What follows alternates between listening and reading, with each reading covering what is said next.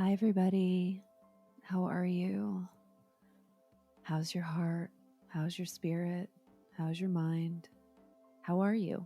It's been a wild ride, and I have to say, personally, I'm so fucking happy that July is over. July sucked, but it was also good. Order out of chaos.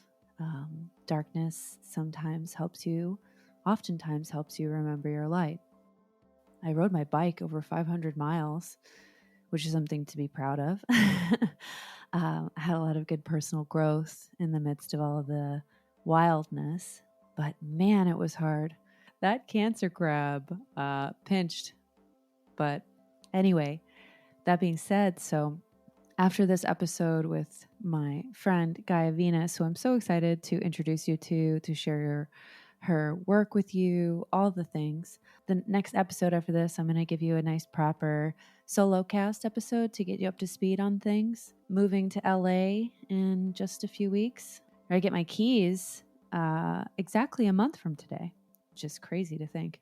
So yeah, lots of updates, lots of things, lots of flow, new episodes, momentum, right? So today's episode, I am so thrilled to have on my friend Giya Venus, who I truly see as a rising star within the space that we occupy. If you like my work, if you like the Amenti Oracle, if you like exploring the ineffable and keeping a grounded approach, Giya has a really gentle, beautiful, relatable presence that I immediately felt drawn to. We connected actually because I saw that she had posted a photo of the Amenti Oracle deck right around the time that it first came out. And I started following her, and we've just developed this really special friendship. And as you'll come to find in this episode, I think that she's essentially like what I'd call the Miss Honey of Hogwarts. I can't think of any more appropriate way to describe Giya's spirit. So a little bit about Giya. When she started to share her specific brand of healing, Giya Venus quickly found out that she was overwhelmed at the sheer amount of titles people were given to describe their brand. Was she a healer, a shaman, a coach, a witch? Or was she somehow all of these things? Was she magic, or just a human trying to make sense of it all?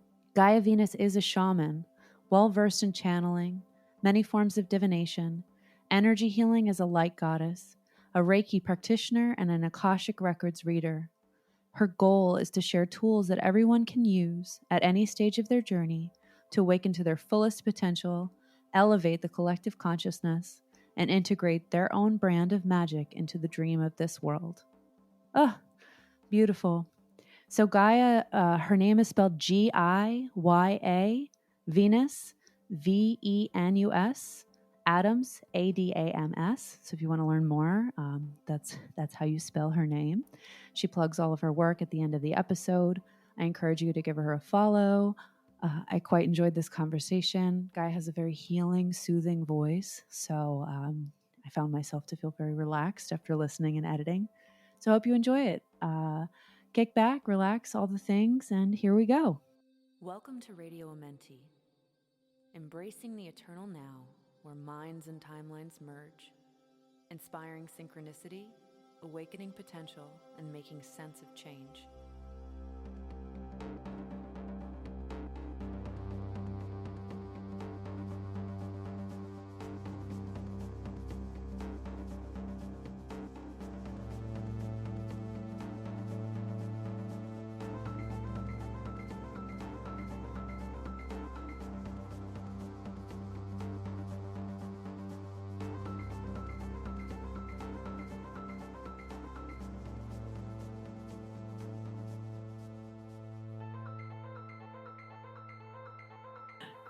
I'm so happy to have you on. Gosh, I was trying to look back to see how long it's been since we first connected, but it's been a while, right? Yeah, it's funny because I was also looking back to see how long ago that was, and it was saying like just about a year, I want to say. Wow. What's time anyway? So it's such a three-dimensional thing. Exactly, exactly. So I'm so happy to have you on today because I really want to learn more about your story and your magic and your gifts. I mean, you are just such an incredible being, and the magic you have is so palpable. So I just feel like you're just like this gem that I can't wait to learn more about and hear about your process. So, where do we begin? I don't even know, honestly. Like, I feel like my life has just been this very fractal experience where it's like I experience things, revelations, milestones, whatever, but they don't seem to come at the time when everyone says they're supposed to come. They seem to come either much earlier, much later. And so it's really all been just one big process of figuring out where it is and when it is that I really am. I guess we can start from from the beginning. Perfect. Great place to begin at the beginning. Yeah. Um, so I'm originally from Guyana in South America, and we moved to New York City when I was 3 years old. But we haven't been back. I've been back once with my parents when I was in high school, but then after that, I didn't go back ever again. They've gone back, but I haven't. But I always remember that specific time is just like so magical and very surreal. When I look at pictures from when I was a kid, there's this there's just this look on my face that's just very determined and resolute, and I like to think that I've always been that way. My mom told me that, and she only recently told me because I asked her what happened on the day that I was born, because I was like, I need answers. I'm getting into astrology, like I need to know what happened. And she was like, well, I went to bed, I woke up, and then you were born within half an hour of us getting to the hospital. And I was like, oh, okay, that makes sense. And when she told me that story, she likes to tell it that, I came out and I was already screaming. I was already talking, well, talking, talking to her in my own way, communicating. And I just think that's hearing that story and understanding and then remembering when I had a journey much later, many, many years later, I I realized that I was born with this kind of understanding of what I was supposed to do and where I was supposed to go and who I was supposed to be. And then it kind of got lost along the way. And I didn't really pick it back up fully until I was maybe 19 or 20, I want to say, which is a long time and no time at all.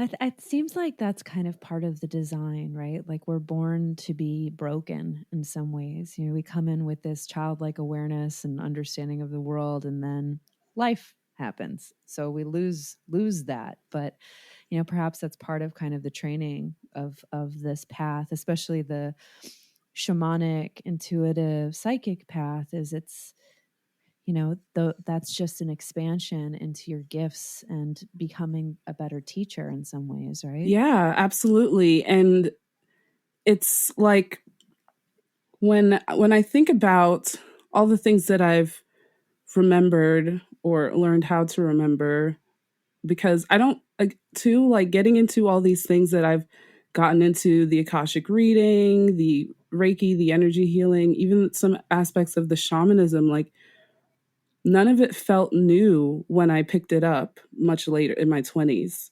It never felt brand new, like I was learning something that I'd never encountered before. It was more like a revealing, like a lifting of the veil from my eyes, and kind of peeling back the layers to see, oh, okay, this thing was already here. Now I'm aware of it. And that means that I get to put it into practice again. Yeah, it's like a remembering of like, oh, there it is again. Hmm. Yeah. And it's actually interesting because, you are actually the first guest that I've have on that does Akashic Records reading. So if you don't mind, I'd love to kind of talk to you about what that has meant in your practice and what you've experienced through traveling through that kind of timeless space of everything. Yeah. So when I started Akashic reading, and it's only really been 2 years that I've been actively and consciously going into the records. But I had a reading. Well, I had two experiences. One was very negative, and I didn't connect to anything because the reading wasn't given in the way that I've come to understand Akashic energy to be. The second one was magical, and it was just like, and the person who did my reading, he said, "Oh, okay, so they're telling me that you need to be doing this." And he gave me the title of a book by Linda Howie, which is, I guess, a really good reference point because she goes in and she really explains, the Akashic record is not, it's kind of like a library. I want to say it's like a library when I think about it. And if have you ever been to the main branch of the Brooklyn Public Library in Brooklyn? I haven't, but I have the visual in my brain. Yeah, so this library is huge, and I used to go there every day after school because my middle school was around the corner, and then I lived down the street. So that was my favorite, but it was massive, and it's right next to the Brooklyn Museum. So those structures kind of mirror each other in architecture, but in the front it has like golden hieroglyphs, and it's just a beautiful place. Anyway, when I kind of started with the Akashic reading, I was like, oh, this is like going into the the Brooklyn Public Library at Grand Army Plaza, because it was just like you go in and it's just like, well, what do you want to look for today? There's a librarian, but there's also like you can walk through and see what books kind of pop out at you, and there's so much to explore. But it's best to go in with an intention because you could spend untold hours in there and just lose track of all time. And that's what I spent most of my early teens doing. But when I started reading the Akashic Records, I realized that it was a lot like a library in that there was information there. And, there were people bringing those books in, people coming in to look at things and take them out. And it really felt like such a familiar place in that regard, that it was like the library. And then we have these beings and that part really tripped me up. They call them the keepers of the records or the lords of the records. I call them the keepers of the records, but they're supposed to be beings that have never been incarnate as humans on this planet. Their sole job is to just write down everything exactly as it's happening everywhere and kind of keep track of the connections between everything.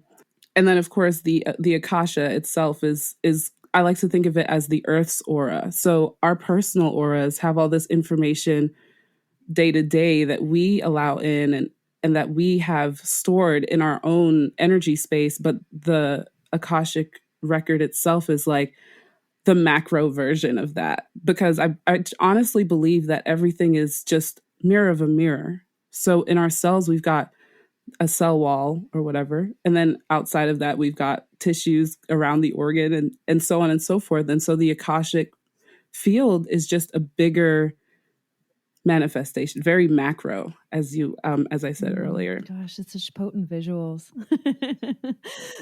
As you're explaining all of it, I'm seeing it and feeling it in my mind, and it's such a accurate way to describe those realms. And what's interesting, Yeah. especially, is what I've found, and I don't know if you also can concur, but when you get to these spaces and experience it and begin to learn about it, right, organically through the power of mind, and then have medicine journeys, and it serves as like confirmation of, oh yeah, oh that's there. That definitely exists on that plane. Yes. Yes. Yes. Exactly. And that's you're like spot on with that, because when I did have a very high dose of mushrooms in a journey, that was exactly what I saw. It was just like this very expansive, like panoramic sensation where you're just expanding and you're aware of the expanse, and even the body sensation is very similar. I would say. And it's just, it's just, I'm just in awe of it. Whenever I do readings for other people, that is the first thing they say, like after we do, because there's a bit of a process. We do a bit of a meditation to kind of come into the mental space to receive. And then there's like an invocation where we have several different things that, well, I have several different things that I say in order to kind of activate the energy of the Akashic record. And words as frequency can really definitely get us there. And I think it's a little bit more than just the visualization. It's the combination of the visualization, the the mental kind of preparation that we're doing, and then the vibration of the words that I'm using to invoke the records. And when we really get into it, the first thing I always ask people is how do you feel after we've opened the records? And they're usually like, I feel really like tingly, like I'm vibrating. And I'm like, yeah, that's what. And I tell them that because that feeling lasts for quite some time after.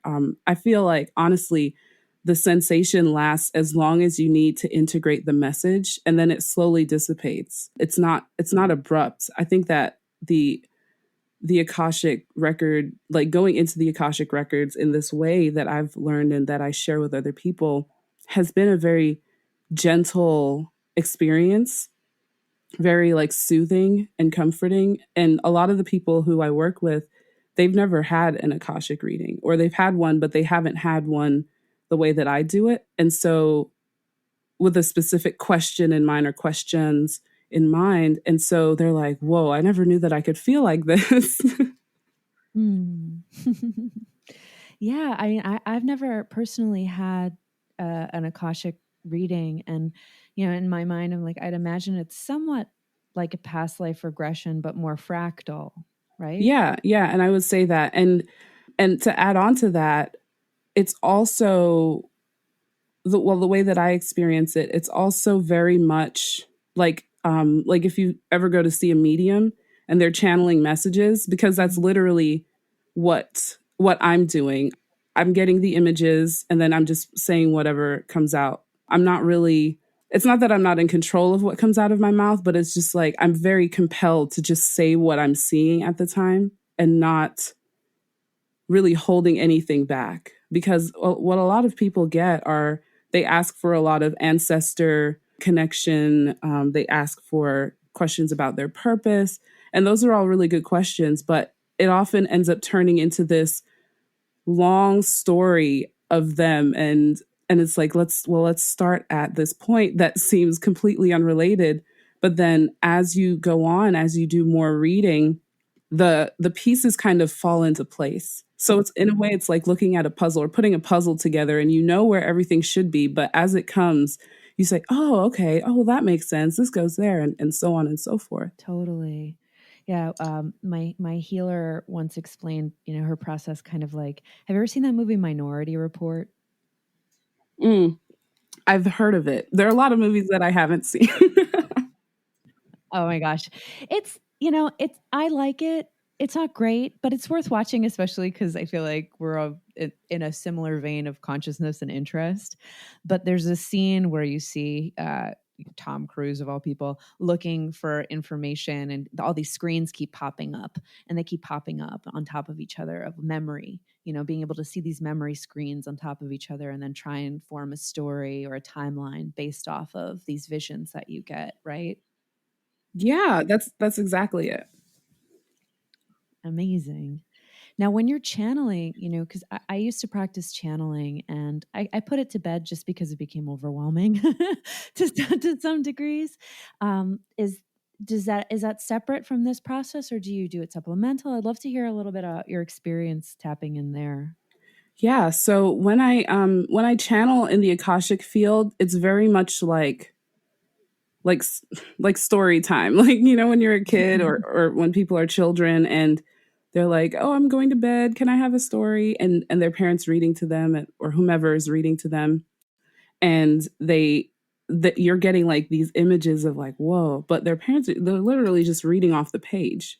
That's kind of what it feels like. It feels like I'm reading off the page. And how you described that scene in Minority Report, like it feels very much like that. When I'm channeling, however, I get a lot more, it's a lot more me feeling. It's not just coming through through me in a way that it's just like I'm just telling. It's like I'm deeply experiencing this thing that spirit, whomever, wants me to experience and to share with a person. Like when I'm channeling, there's this thing that happens with my eyes, and I'd worn glasses for a long time, and I wear contact lenses right now, but I like whenever I'm channeling, my vision, my physical vision changes, and it's very murky, like I'm swimming underwater and I open my eyes. But when I'm doing akashic readings, like that doesn't happen to me. Like I'll Mm. see and I'll get visuals, but it's way more in like my mind's eye than it is my things with my visual eyes, or my vision is changing. And I would even say that when I channel and my vision starts doing that, I feel like I'm in like a virtual reality simulation when I'm channeling. But akashic reading channeling is more like relating the events on the screen to somebody who can't see them or hear them. Yeah. Wow. Now, have you found too in the process, this, you've been doing this for 2 years, and, you know, with every reading in turn, because I mean, we all are navigating this cosmic mirror. Everything's a reflection. It's the fun house of divine reflection, right? Hmm. With each reading, do you feel like you learn something new about yourself, like almost like getting these little cosmic breadcrumbs from each encounter as well? Absolutely. I also strongly believe, like with this idea of everything being a mirror, it's like somebody requests the exchange of an akashic reading, and whatever it is that they're asking, there's always a little message in there for me. I feel like there's always something that comes up that is connected to them. But then I'm like in my head, and afterward, when I'm reflecting on how the experience was for me, then it's like, oh man, like that was for both of us. It's so funny. It's so funny when that happens where you're like, "Oh yeah, Yeah, perfect. exactly. Thank you and thank you." Yeah. So I know you're also a divination expert, and I'd say, right, and when you're doing an akashic record reading, since it is this nonlinear time space, it really helps with kind of understanding the now and the then and how to kind of go forward. But when you practice divination, what systems have you found really potent for kind of peering into the future? When I do divination, and when I have my practice, which has turned into like a lot of different things, because I started off with tarot, and I bought a deck that just jumped out at me. Sorry, well, two jumped out of me, but jumped out at me. And I was like, oh yeah, everybody gets, the regular Rider Waite cards. And this one had like, I think it was tarot of the goddess tarot or something like that. But it had none of the pictures were congruent with any of the things that are on regular tarot cards. And so I learned tarot through this like really elusive kind of watery, shadowy deck that didn't really give any clear answers. So I felt like that really strengthened my ability. It really pushed me to tap in to what I felt the meanings were. And I went from tarot to oracle cards, and then I decided, well, I'm just going to try to look for symbols in everyday life. That's when I started feeling this call to a more shamanic type of process, whatever, where I looked around and saw synchronicities, because then that started happening, which is a completely different story. But like the synchronicities happened after I started reading tarot. And then I would be eating like pistachios or sunflower seeds, and I'd look down, and the way that the shells were arranged, I'd be like, "Oh man, that is absolutely a message. Like what does that mean?" And then just opening myself to receive the messages, they really started showing up. So like I would cuz then I started meditating more intensely, and what happened was I would be meditating, and in my meditation I would say kind of go into this space where I want to clear my mind. And I don't know that there's absolutely a way to have thoughtless meditation, but I know that I know that what I've done and what I've experienced is just quieting that inner dialogue to the point where I'm kind of connecting to the ultimate like potentiality, and thinking about like physics, like how almost everything, 99.9% of everything somewhat is empty space, and it's like I'm connecting to that empty space, that vacuum or whatever that's in between everything, and trying to pull things to me, pull information to me. What should I do about this? And then I found that the more I did that, the more it would happen. The more that I made the intention to connect to this space. And if you seen, have you seen Stranger Things? Oh, yes, I love Stranger Okay. Things. Like I don't know anyone who hasn't seen Stranger Things, but that TV show, like watching it when Elle goes into when she lays in that pool of water and she like covers her eyes and her ears and this complete sensory deprivation, and she ends up in that place that's just like a very shallow a very shallow pool, like if somebody let the water run and it overflowed and filled the house up a couple inches. That's exactly where I go when I do this specific meditation. And just like how she does, and she's like, I want to see this person. Then that's what happens. But I was doing that before I saw it on Stranger Things. So again, with the synchronicities, that was really like confirmation. Yes, this is the way that you're meant to do this. Wow. That's incredible because that's such a funny other. I mean, I just feel such a kindredness between you in general. But I had that same Yeah. feeling because I used to practice remote viewing when I was in high school. And I Mm, would go to that space and see things. I'm like, wow, like we can go there with our minds. Like, this is yes. incredible. Yes. And it's funny that you mentioned doing that in high school because I used to do that with my friends in middle school, or I guess it was more of like pretending that or pretending, because I think that we were actually just tapping into this telepathic or whatever quality. But it's like, I want you to think of a number and think of an animal and a color and having to guess what that animal, color, and number is. Mm. And we just did that all the time. And so I've been like training for this, like training for the Psychic Olympics since I was like 12 with my best friend. Well, really, since you came here, because I think that you were like ready to come into the world, had a lot to say from birth, and it's like you just came. This is what you were born to do. Yeah, yeah. And, one of the things that I realized, because I grew up in a very West Indian household, and in the sense that they were very Christian. My dad was a musician, a church musician. So we were always going to church. And I just never felt like that was where I belonged. I learned a lot of valuable information going, but I would go and I would just feel like people would be talking. I remember once when I was in high school and I really started feeling like I was pulling away from that part of my family, that thing that we were connected, well, that we seemed connected through, and pulling away from it, and the preacher pulling my mom aside and saying, I think she's going down a very dark path and we have to act right now to make sure that she doesn't go Oh there. no. And my mom, I don't know. I don't know what my mom felt or thought, but she told me that she was like, in her heart, she was like, he doesn't know anything about you, about the person that you are, the person that you came here to be. Because again, with the stories that they would tell me when I was little, my dad told me that, he'd been having some problems finding jobs and things like that. But after I was born, he got like the best job that he'd ever gotten. Like my mom was a seamstress, and she just like that just took off.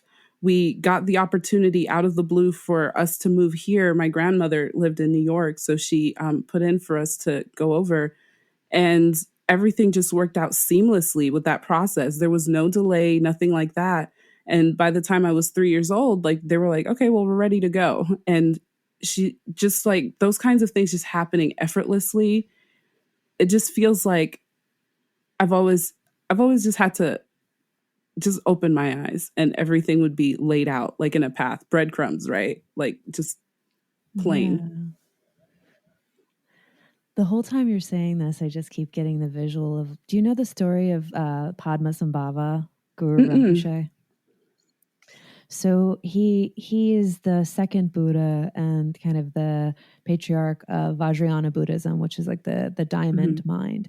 But when he came into the world, he was born in Afghanistan. They call him lotus born. So he was born from a Mhm. lotus, completely alert, talking as a baby. So I'm just imagining baby you just kind of being this lotus born, beautiful being coming into the world. Like, I'm ready. I'm I here. believe that. Divine auspice on the Yes, world. yes, and it's so funny because, like, that's my main logo, like, the lotus flower on my website, all that stuff, like, right at the top of the page is a green lotus open, and I was like, "Oh, man, if I ever have kids and I have a girl, like, I wanna name her Lotus," like, and that just those thoughts just come to me out of nowhere, so that's thanks for confirming.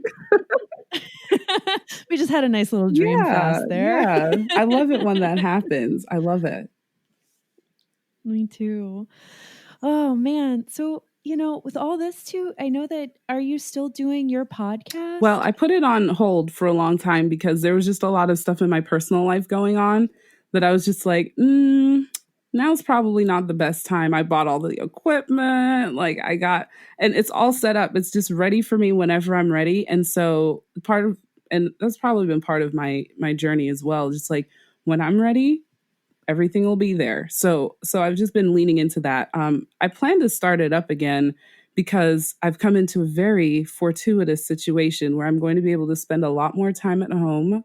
I'm finishing my master's degree, so that's part of it. But I'm also going to have a lot of free time, so I'll be able to dedicate the energy to that in the way that I envisioned in making it Oh, happen. amazing. 'Cause I literally just listen to you talk forever. I love your videos on Instagram. You just every time you send me a voice note, I get so excited. Well, uh, I love talking. It's like my favorite thing to do. so what are you getting your master's in? I'm getting my master's in social work right now. I got a bachelor's in education and then realized that the American education system is very underdeveloped or unable, like even teachers themselves are, they're not given the skills, the actual skills to teach. And I've always, since I was a kid, my mom would buy, like, or people would buy me these dolls and I'd line them up. My dad bought me a chalkboard when I was like 7, I think, and I would line them up and I would like have school, and I'd be like Mhm. very strict teacher. Like I'm not like that anymore, but I was very much like, can't you hear I'm trying to teach you lessons? But it always feels like that's what I've been called to do, to like teach, to share through talking, and to use, like, I feel like I have this master key, and I call it a master key because it's like when you encounter enough of one type of thing, like if you encounter enough different types of meditation, let's say, then you start to organically create your own systems that Mm. makes sense for you. Or even like one of the other quote unquote master keys that I feel is really a thing is like identifying plants or gemstones. Like if you look at enough different gems, you kind of get this understanding and they start talking to you like, this is what I'm good for, this is what I am, even if you don't really know the name, because I feel like the names of things matter but they don't at the same time. The name kind of reveals itself to you after a while if you don't, because I mean our ancestors didn't have Merriam-Webster or whomever to say these are the plant classifications, but they always knew what they were for. And I think that that's because they spent enough time with them that these substances, the spirit of the thing has just revealed itself. So now you look at a gemstone and or you stand in front of a wall of gemstones and you can pick out which ones would be good for healing, which ones will be good for, opening your heart center. And so those are that's kind of how it's happening. I love that. It's like, I love the analogy. Have you ever had like muscle testing done?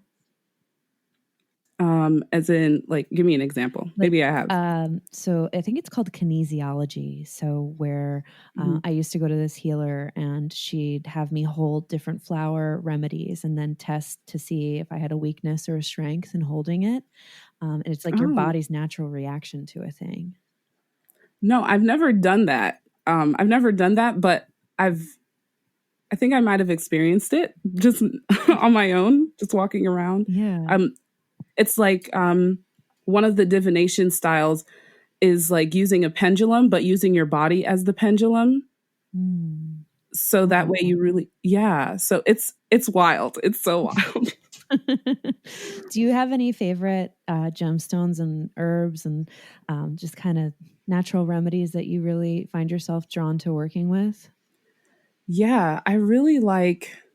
Let's see. Oh my God, there's so many. Okay, gemstones. My favorite gemstones are the green ones, like jade, and even the green ones and the red ones. Garnet is my favorite, and I was like, okay, well, when I found out that that was the birthstone for January, the month I was born in, I was like, oh, okay, that makes sense. I love these. I love these things, and green ones, green and red garnets. I really like. I really like aventurine. Like, Mm. That's the one that changes colors, right? yeah, I think so. Cool. Yeah, that totally makes sense too. Because when I think of your name, you're just like this grounded heart goddess. So it's like you have the That's so funny. heart chakra and then the root chakra, right?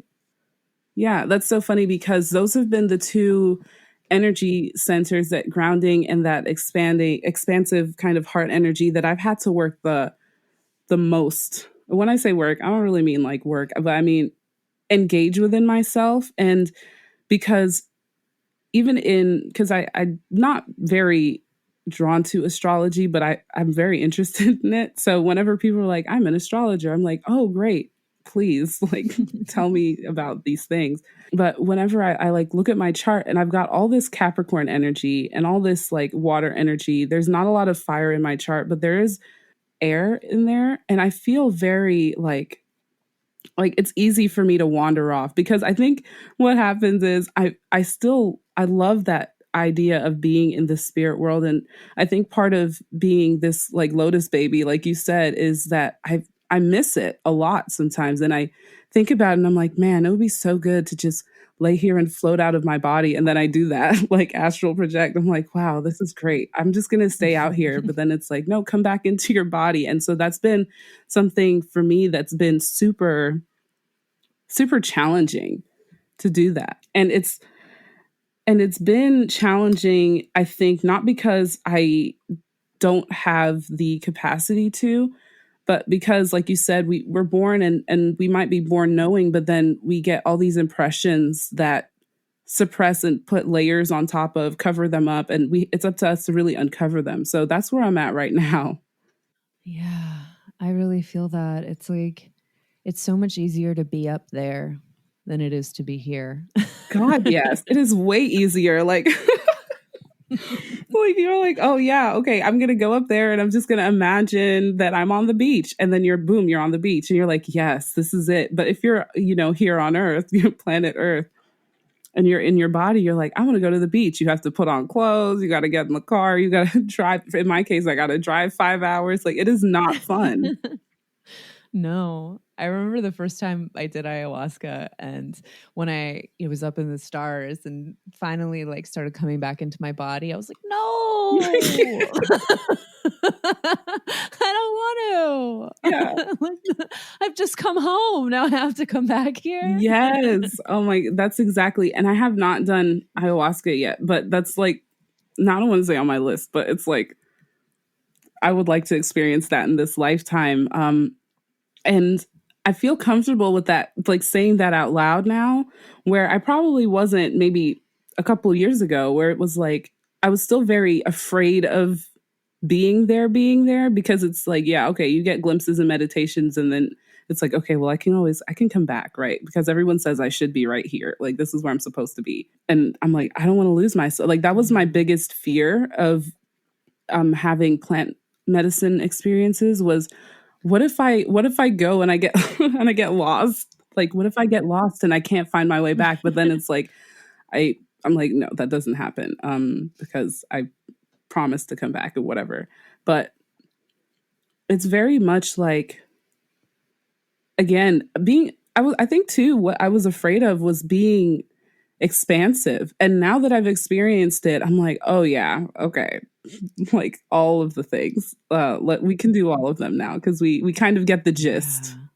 Yeah, in some ways, it's kind of been like your path has probably been your training ground. Because it's funny, I was talking to Leo Rising about you, and we both have this premonition that you are just on the verge of blowing up.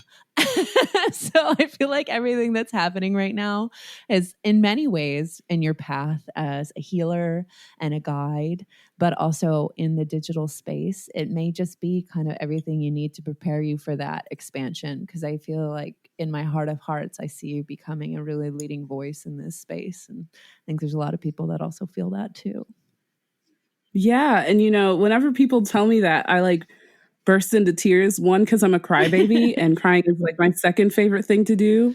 But it's like when people say that and the tears are like the release of the energy, like accepting it. Because for a long time too, I was like, man, I don't want to be. I remember when I was a kid, my mom was like, you've got to work hard in school because you want to be successful someday. And I was like, I don't care about that. I never want to be famous. And now I'm like, why did I say that? Well, in your subconscious, you're probably just like, well, I'm not going to feed that any mind because I know my path is ahead of me. That kind of Yeah, cool yeah, knowing. yeah. And I mean, for a long time, I was just really resistant to that. I was like, no, no, I just want to be like a regular person, whatever that means. Or I want to be a regular person. Like, I don't want to be waking up in the middle of the night and like seeing crazy shit in my room. Like, I don't want to deal with that.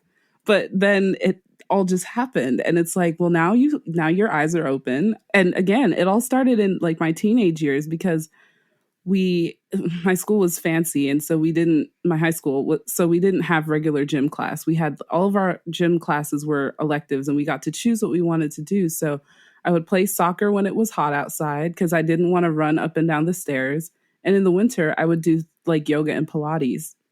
Yeah. And which now, like seeing that, I'm like, yeah, that makes sense. Like that was a good idea. Like go me, pat on the back. But it was like, okay, I'm seeing these visuals while we're laying there in at the end of our yoga practice, and then one day our sorry Pilates teacher, who's also a yoga teacher, she was like, have you guys ever done breath of fires? And in my mind, like when she said that, like part of me just like surged forward. It was like sitting up and listening. And she was like, well, I'm going to teach you how to do them. And so I guess when I was like 16 or 17, she taught us one day and I just did them all day long, which was when I tried to go to sleep that night, it didn't happen. When I did finally fall asleep, I had these wild and crazy dreams, these like memories almost of things happening um, when I was a child, before I was born. And then later I did past life regressions. I was like, man, like, okay, was that a Kundalini awakening when I was like 16? Just didn't even know. Like it was like my body was taking over. And it was like, okay, we're going to do breath of fires today. And it's like, are we really laying in bed at 6 o'clock in the morning? Yeah, let's just do some breath of fires. Let's get it going. Wow. And you haven't even had your Saturn return yet, have I you? don't I don't know that I don't know. When was Saturn return supposed to be? I feel like I was looking that up the other day. I think it starts when you're like 28. Okay, no. So my Saturn return is going to be in like less than 6 months. Great. Oh my gosh. Well, I feel like, you are so beyond it. Like when I first kind of had my awakening was like right as my Saturn return was hitting. So it was like totally like everything's falling apart. What is going on? You've been on a training course. I think you're going to be just fine. Thank you, because I've read some wild stories about it. And so I was like, well, is there any way that I can just, not and I think it's interesting too because like I said, my sun sign in the I guess in the zodiac that everyone is kind of accustomed to, tropical, I guess.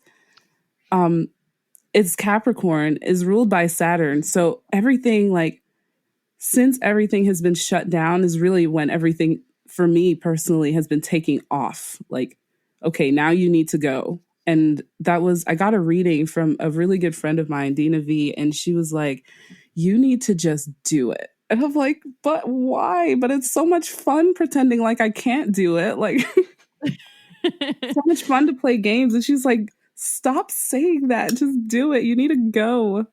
Well, that's what Saturn does. Is Saturn is like the one that pushes you to the ledge and it's like, come on, jump into the abyss and find out it's a feather bed. Yes. Yes. Because that quote, I think about it every time. Like Saturn, I mean, it's a lot, but I think you're going to be just fine. But like feeling into the expanded vision, you know, what is on the horizon for you? Like clearly like you're an incredible guide, but you know, are you going to be teaching online classes or what is the highest vision? The highest vision is like, again, a school type of place, because I had around my birthday this year, 2020, when I turned 27, I was like, man, I really want to have this kind of place where people can come and they can learn about all kinds of things. Because, okay, this is what happened. I read the Four Agreements in middle school because it was required summer reading. Like, where? But Wow. Oh my yeah. God, Well, when amazing. I say I read it in seventh grade, I mean, I like, because we had to answer the questions and that made it boring. So I just went to the questions and then tried to find the answers in the pages. But I picked it up again in Yeah. high school, and then later when I graduated college, I picked it up again, and I was like, man, like that was a gift. Like, even if I was reading it and I wasn't picking it up like in the way that it was intended, it was like if you download a program and then you don't use it, but then you're like, oh, I wonder if I could, or if you buy something and you put it in your cabinet and you're like, I really need a this. And then you open the door and there it is. That's kind of what it was. So I reread the Four Agreements and my soul was like, you need to get another book by this lovely family. And so I got The Mastery of Self, and that really just blew it wide open to use the vernacular, to just put it plain. Like that really, it's like, talk about blowing the door off the hinges. Like, it wasn't just opening the door anymore. It wasn't like, oh, let me fiddle with my keys. It was like I walked up to the door and it like slammed open. And I was like, okay, that's that's what that is. All right, cool. Like, this is happening for Wow. me. This is happening right now. So I read The Mastery of Self, and that examining of the attachments that I made and coming to terms with, because a lot of the attachments that I made that were no longer serving me were ones that I made in exchange for my parents' affection. And that was like, when I came to that realization, I was like, oh, it's time to spring clean. Yeah. Oh my gosh. Now, how you know, kind of having that revelation and realizing that now, like, have your parents been supportive of the path, or just kind of is it more of like a detachment of, well, this is me, this is who I am? Yeah, I mean, it's been a little bit of both, because for one, I haven't really, like, I get in the witchy community, they call it coming out of the broom closet, whatever. And I think I've done that for the most part with my siblings, because they all follow me on Instagram or whatever, so they know. Yeah. Like, it's very out in the open there. But with my parents, like, I think whenever I talk about it, it's more like if I have a vision or something, or if I hear something, I'll text my mom and I'll be like, I had a dream last night, and she's like, what? But I mean, I think that I kind of come out to my mom about it. Yeah. Um, but my dad, not so much, because again, like his his history, his background, I love him to death, but I don't think that that's necessarily the kind of connection we need to have. Like, I don't feel compelled to tell everybody in my family, hey, by the way, like last night I was drumming with this drum and I completely like saw you sleeping in your bed. So I like your pajamas. That would be too much. That would be a little bit too much for someone like my dad. Oh, it's all discernment and balance. I mean, the ironic thing is, did you watch the TV series they did on the new rendition of the Bible? No, I haven't. Oh, I binged it and I actually thought it was pretty well done. But it's funny because there's a scene where it's like after Christ is crucified and dies, and Mary's there with the disciples, and they're all channeling. And you see just like the spirit come through and they're all channeling. And it's like this is where things get so much lost in translation, because I really feel like Christ, Buddha, so many of these teachers, they're just tapping into that record, they're listening to that frequency. Yeah. Yeah. And when you do tap into it, and when you do experience it, it's kind of one of those things, like it's like if you see something horrific, you can't unsee it. But two, on the other end of that spectrum, if you see or you experience something amazing, life changing, wonderful, you never forget that as well. So it's like, let me just try to fill my life with a lot more of these experiences so that when those other experiences on the other end of things come, then I'm not like completely at a loss. Like I can't recover. Like if somebody pushes you over, if your feet have been planted and you're kind of bracing yourself, then you won't fall over. But Yeah. if you're just like, well, I'm just walking through eyes closed, like just picking flowers, and you walk off the edge of a cliff, it's like, whoa, that's not like you kind of have to balance out when you're talking and feeling and experiencing things. Completely. Perspective. Do you have any, because I think, for anybody listening and people on the path, something that is just so necessary is grounding, right? Like grounding it down. Hmm. Like, do you have any kind of like self care practices that help ground it down? Because it's like when you touch those ineffable realms, it's so hard because you're just like, oh my God, it's all Yeah, happening. yeah. But like, how do you ground? I'm learning that. I'm learning how right now, actually, because, like I said, that's something that has been one of my things to learn in this life, or remember, I should say, not learn, but how to do that. One thing that I did today was, and something that I like to do is just go outside, walk around barefoot, Mm, because again, like getting back to the sensations of things, when I'm tempted to just float off and whatever, and I take my shoes off and I have my feet touching a surface, it's just like, okay, I'm right here, right now. This is it. This is happening. yeah.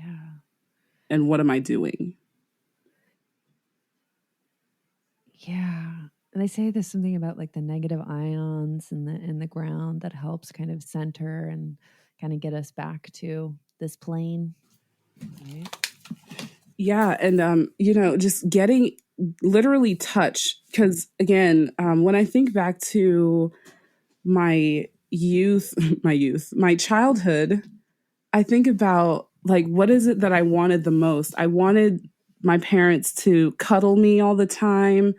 I like to feel like I was connected, grounded. Like the sensation of touch, I think is completely underrated. Like it doesn't get the attention or the recognition that it deserves, because the sensation of touching something, touching another person's skin, or touching the ground, touching a tree, running your hands through the grass, like those are experiences that just bring me right back to where I am supposed to Yeah. be.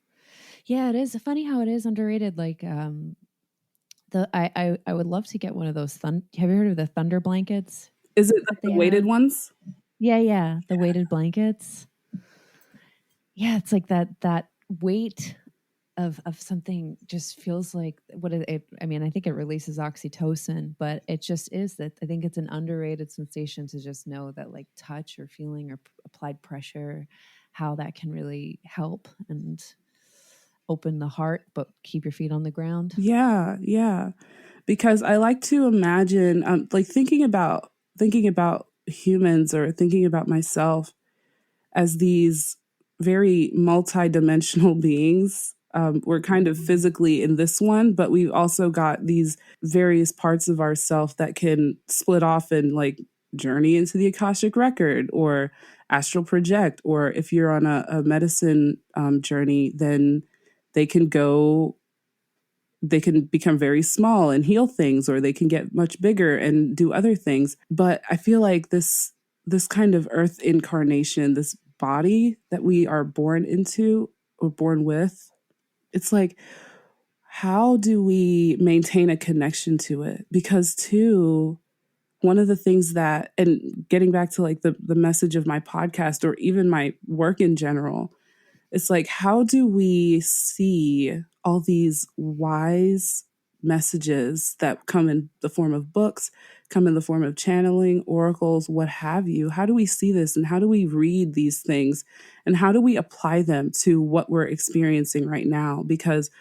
what I see and what I feel when I go through some of these texts and have these experiences myself is that it's very big, and I have to find a way to look at it and look for it in the small so that I can make the connection. And when I taught first grade, it was like a text to self, text to world. Like how do we see this thing that isn't really visible only in these specific instances through these lenses, and how do we come from there and how do we get into applying it? I guess that's integration, right? Like, how do we integrate anything? Yeah. So incredible. Just like imagining how lucky the kids were that had you as a teacher. I tried to be, I was like, what kind of teacher did I need? Oh, I needed like a fancy, like hippie teacher. Like, that's who I'm going to be. Yeah, like I never had a Miss Honey from Matilda. I would have loved to have had a teacher like Yes. that. Yes, that's exactly. Oh my God. Yeah. And yes, that's all I can say. Yes. That's Yeah. exactly the type of teacher that I'm like, yes, I'll just be a Miss Honey. I'll walk into the room and I'll be like smelling like violets and sage or whatever, violets and rosemary. I like rosemary a lot. That's my Yeah. favorite plant. Violets and rosemary, and I'll just set my teacup down on the on the desk and pick up the chalk and like hold it up and it floats out of my hand and the lessons start appearing on the board. Like, that's my biggest dream. That's, if you want to talk about big picture, that's where I'm going to be. You're going to be the Miss Honey of the modern Hogwarts. So Yes. I think we just figured it out. Absolutely. Let me write this down. We'll have to re-listen so that I can get it. That might be the episode title. Oh, this has been so awesome. This hour has flown by so fast. Yes. For everybody tuning in, how can we keep up with your work? How can we learn more? It's time to plug all the things. Yeah. So the easiest way would be to go to my website, GiyaVenusAdams.com, GiyaVenusAdams.com, or follow me on Instagram at GiyaVenusAdams. Amazing. Oh, I can't wait to see you continue to rise and expand into the Miss Honey of Hogwarts. I'm going to put that in my bio on Instagram, the Miss Honey of Hogwarts. Yes, that's it. So perfect. But thank you for joining us today. And, you're just wonderful. So infinite gratitude. Thank you for having me. I was so excited to be on here. I told my partner, I was like, oh my God, again, near tears. Oh my God, like Jen asked me to be on the podcast. I'm so excited, so grateful. Oh, so thank you. Oh God, the pleasure. It's just thank you. I don't even know what to say. Now I'm gonna cry, and yeah. No, that's okay. My rising sign is Pisces, so I've been holding back tears for the past hour. So